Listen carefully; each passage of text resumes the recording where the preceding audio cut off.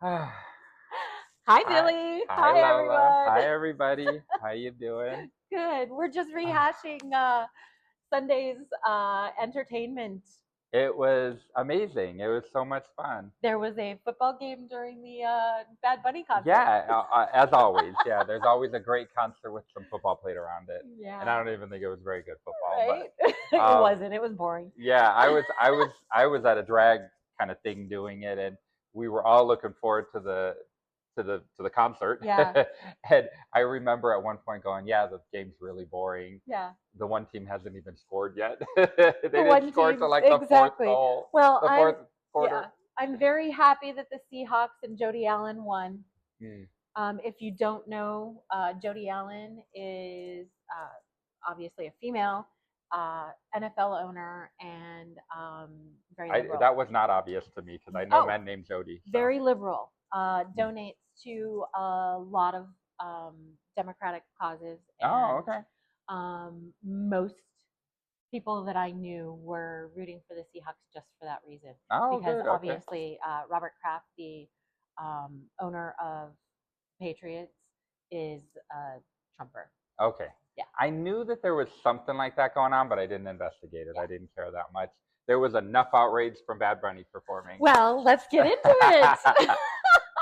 Well, let's start with, I'd rather start with the positives Of because course. I think culturally it was so amazing. I don't speak a word of Spanish, and my butt was twerking. Yeah, it was great. I mean, it had great, the music was great, It was and fantastic the vibe. theme, and it really did feel different from other shows. I mean, Kendrick Lamar last year kind of had a little bit of that, more a message and a little bit Mm-hmm. more Mm-hmm. community kind of minded. It was But I memorable. mean, yeah, but definitely Bad Bunny. I mean, Yeah. just coming out of the Mm-hmm. sugarcane fields, and then the It was very the educational. yeah. It exposed you to the culture of Puerto Rico, which not a lot of Americans are familiar with, and not a lot of Or Americans realize it's an American. realize that Puerto Rico is an American territory, Hmm. and Puerto Ricans are born citizens, U.S. Well, citizens. do we not? It was in Puerto Rico that Trump in his first term threw the toilet paper, right? Paper towel rolls. Yeah, Yeah. yeah. Here, Okay. clean So it up yourselves. yeah. That was the So message. Yeah, that was yeah. an American state or American territory that he was in. The show, the Bad Bunny show, had a lot of symbolism in it, and I spent most of yesterday reading up on that because I don't speak Spanish, Yeah. so I needed kind of uh, a little Spanish for Dummies tutorial. If you, are you a Bad Bunny fan? Have you seen other things that he's been in, like American stuff I'm where he's spoken English, like I'm a SNL diehard or Ricky anything? Martin fan, Okay. and I love Maluma, and I love the vibe of Bad Bunny. I love the reggaeton Yeah. beats. I don't understand a word, but I like to move to it. So, Well, I'm talking more about the acting stuff that he's done. oh yeah, I've seen him. He's Okay. good. Yeah, yeah. Because I saw him on SNL, Okay, and I thought he was great on SNL. okay.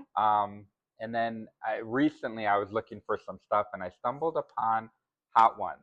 Hot ones. Yeah, Oh, the one where you the eat the chicken. yeah, I love that show. it was so good, and it's so endearing Uh huh. because he. I mean, everything I've ever seen him do, he seems like a really sweet person. Down to earth. Yeah, and he just seems like he has a kind soul, Yes. And so he's doing this, and he's eating the spicy food, and he's recently learned how to speak English, Right. so he's struggling with the language and with the hotness, and Oh. it's just a funny. At one Oh. point, the host offers him ice cream because he was drinking water, and Yeah. that just makes it No, worse. that makes it flare up. And he gives him Oh. ice cream, and he Yeah. just becomes a kid when he Yeah. gets the ice cream and it's Oh. coconut flavored, and he's so excited about that, and it's so endearing. It's How so cute. cool. Yeah. So basically, we're talking about an incredible show that was well thought out, well executed. There were, secret guest star faces in the crowd: Jessica Alba, Yeah. Pedro Pascal, who, heartthrob, um, and Cardi B. Yeah. Well, and that's what I was saying before we got started. I was surprised that Gaga was there because I didn't. Well, they don't have a collaboration. She Right. did "Die with a Smile," the a totally different version, which I Yeah. love now. I can't wait for that full track to be Yeah. released. But that was a huge surprise. But Yeah. I thought that because I knew that he was doing it all in Spanish. He has Mhm. come out and said that, but I thought that he would do "I Like It Like That" Right. with Cardi B. Right. So when she was in the audience, I was like, why aren't they Yeah. doing their song Right. together? Because it is such a bop. Like Yeah. it's such a good song. So Yeah. I was Well, disappointed for that. I thought that that's who he would bring out when I was first thinking about who the guest would be. But Ricky I Martin was great. I had a feeling it was going to be Ricky Martin. I follow him on Facebook. Mm. I just absolutely screamed when I saw him on there.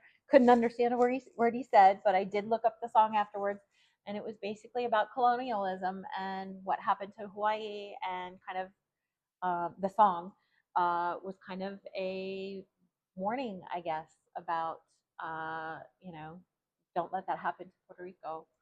At least that's how I interpreted it. Well, and then the juxtaposition of like so one of Bad Bunny's songs is about respecting women Mm-hmm. and just dancing and having a good time, and Yeah. then on the opposite side you had all the MAGA and all the conservative Ugh.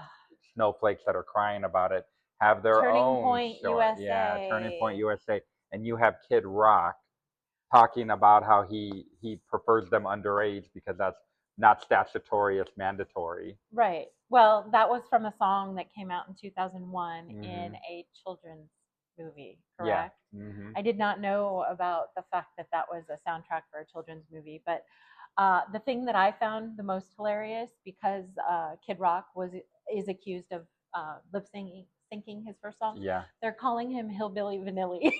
Love it. Love it. Yes. So I understand there was maybe 5 million people tuned in on YouTube. They had some technical difficulties, which seems to me to be on brand for It the was more people Republicans. than I Yeah. thought and more people than I wanted watching it. Yeah. I wish Well, they it had wasn't, there's 5 people, 33 not five million million. Yeah. megas that strong, that's for sure. No. No. No. Yeah. It it's just it's funny because at the time of taping this, the Bad Bunny halftime show is the most watched halftime show ever. In the world. So Like, it had yeah, global even with an viewership. alternative Yeah. and with all of the opposition, it didn't seem to hurt that. And even Trump himself watched. He did because he said how horrible it was. Yeah, Yeah. So he didn't even tune in to the alternative. he did not. But yeah, it was a celebration. It was as American as you could possibly get, And and it was giving a message. And I mean, even his, I was surprised that the NFL had the message on the big screen that the Haiti, most yeah, like powerful, what is it? I don't, I'm probably paraphrasing it, but most powerful thing besides hate is love. Yeah. Yeah.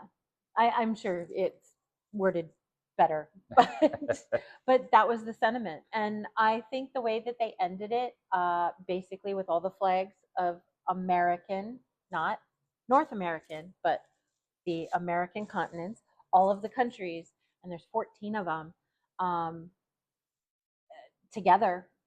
I think that was very powerful. Yeah, I do too. And unity. I think that was the message. We all belong. So, Billy, Yeah. you were mentioning something that I hadn't heard of yet.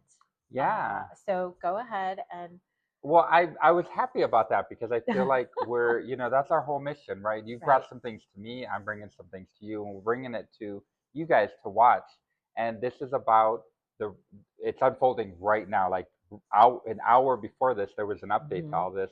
So there's an annual governors meeting that happens at the White House. The White House always facilitates this, and it's been happening for years.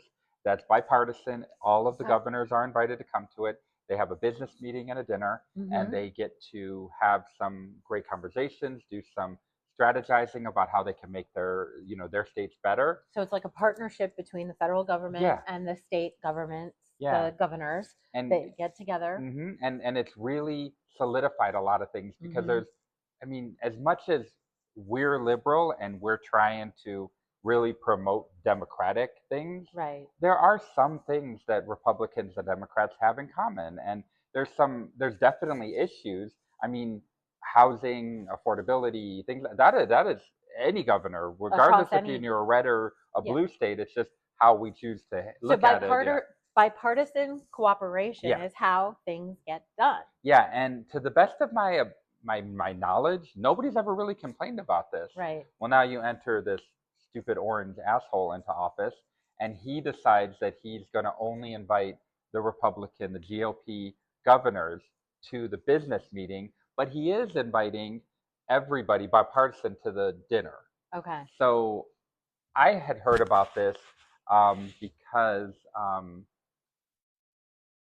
what's his name? Bashir, Andy Bashir. I had heard about this because Andy Bashir from I forget which state, he was on The View and he was talking about this, and he said that he was boycotting it because Wes Moore, who is African American and the vice chair of the governor's board, he was snubbed. And he's Democrat, of course. Okay. So he had said this, so this has been in the works for a little while. A little bit, yeah. Okay. So they've known that they were not invited. Okay. But now all the governors decided to boycott the dinner. Yeah, boycott the dinner. Well, and boycott, going to it. Yeah. And I think there's been some Republicans also that felt the same way. Okay. So now it's been canceled. Oh. So now, and it was funny on The View. They were saying to Andy that they should have their own. Right. And I actually think that's a good idea. Can you imagine if Gavin Newsom decided to put together a coalition of all the governors? It would be amazing. Oh my God, it would be such a slap in the face to Orange. Yeah. A mango Mussolini. That's my latest taco. I mean, ankles. But it just goes to show that he is trying so hard to make everybody be like him, and he just is trying to silence everybody and put this narrative out there that if you're not a Republican, and not even a Republican, because look what happened to Marjorie Taylor Greene. Look, if you're not completely loyal and do everything that he says, then you're no good to him. It smacks to me of a loyalty test, and basically, if they've just canceled it, it must be because that loyalty was in question. Yeah. I mean, yeah, a dinner and a business strategy meeting sounds like something that is really needed right now to move things forward in such a divided well, it's not the administration that's divided, it's the country. Yeah. Well, and what I think is really notable, I mean, like I said, it was happening an hour before we filmed this that they canceled the whole meeting. That what I'm interested to see is how many Republicans, because that's really what it comes down to, is what Republicans have now raised the red flag. Because when like you said, when it comes down to it, I feel like there's a difference between governors and like senators and people in the House. They're there because of their constituency, but governors have a different type of relationship with their state versus like a senator's relationship to the state. So I feel like these governors, they have to be held more accountable, and they feel that accountability more. Absolutely. So even Republican ones, unless they're just completely MAGA like DeSantis, then or Lombardo, then they understand that there's going to be differences. There's going to be difference of opinions, but there's some stuff that we need to talk about. There's some policies that you've done that probably are going to work in my state. Maybe I don't adopt everything. Yeah, I mean, if we're talking about trans rights and things like that, okay, then you're going to be divided. But when you're talking about affordability or how to reduce costs or how to get gas prices lower in your state, what are some of the strategies that a red state or a blue state has done? Because maybe that's going to work in either state. You know what I mean? Well, and it goes back to the message from earlier in this segment. Bipartisan equals unity equals working together. We all belong, and we all get things done. This government This administration is dismantling democracy. It's tearing apart our unity. It is making life difficult for most people. If it hasn't affected you yet, it will, because the damage that's being done to our tourism, to our farm communities, to economics, to job stats, to our To media, the car community, to everything. manufacturing. Yeah, Uh, everything. it's starting to be a domino effect, and everybody is starting. We're not even talking about the tariffs. We're not even talking about, we're talking about the European countries are starting to turn their backs on Trump and his administration because they can't trust him to do the right thing. And he just lies. He Yeah. just lied. He lies about his unemployment numbers. He lies about how much people are, how well Americans are doing. Lies about the tariff checks that we're getting. Lies to ICE agents that they're getting paid. Everybody's getting lied to, and it blows my mind. I feel like we're screaming at the wind. Nobody's listening to us. But we talked a little bit in our last video about the Obama video and what he had done. Well, I mean, not that I feel like we need more examples of how racist he is, but him not inviting Wes Moore is another form of racism. And it just blows my mind that nobody remembers what he did to the Central Park Five, the now exonerated Five, because they've completely been exonerated from any wrongdoing of what he had this like mass attack, not renting to black people in his history has always been racist. It's just crazy to me that people can say with a straight face, "Oh, we just realized how racist he is." Well, you weren't paying attention then. I don't know what to tell you. Yeah. His intentional exclusion of black governor, of Democratic governors, of it's not effective government. It's not getting things done that need to be done.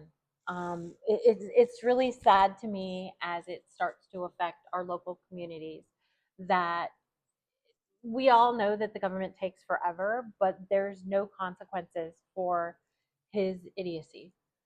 And that's the part that bothers me the most is there hasn't been, if Biden would have done this or Obama would have done this or Clinton would have done this or even Bush would have done any of this, because the billionaires in power want to stay in power, they are forcing us to look the other way. Well, yes, you're absolutely right. And then all the things that have been eroded, the media, the press, Washington Post being gutted, that is how the message gets diluted, and that's how people don't really know, and that's how people get siloed.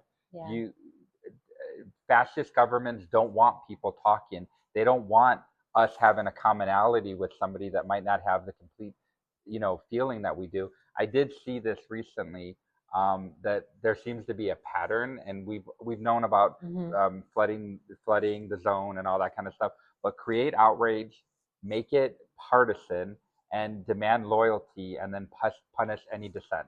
Right. That seems to be the playbook. The playbook of what Trump is doing, and it's interesting because you have Marjorie Taylor Greene, you have people that are publicly dissenting and publicly going against him, and it just isn't enough. I mean, you're right. Like if even just a sliver of one of these things happened with any other president, Republican or Democrat, they would have stopped it immediately.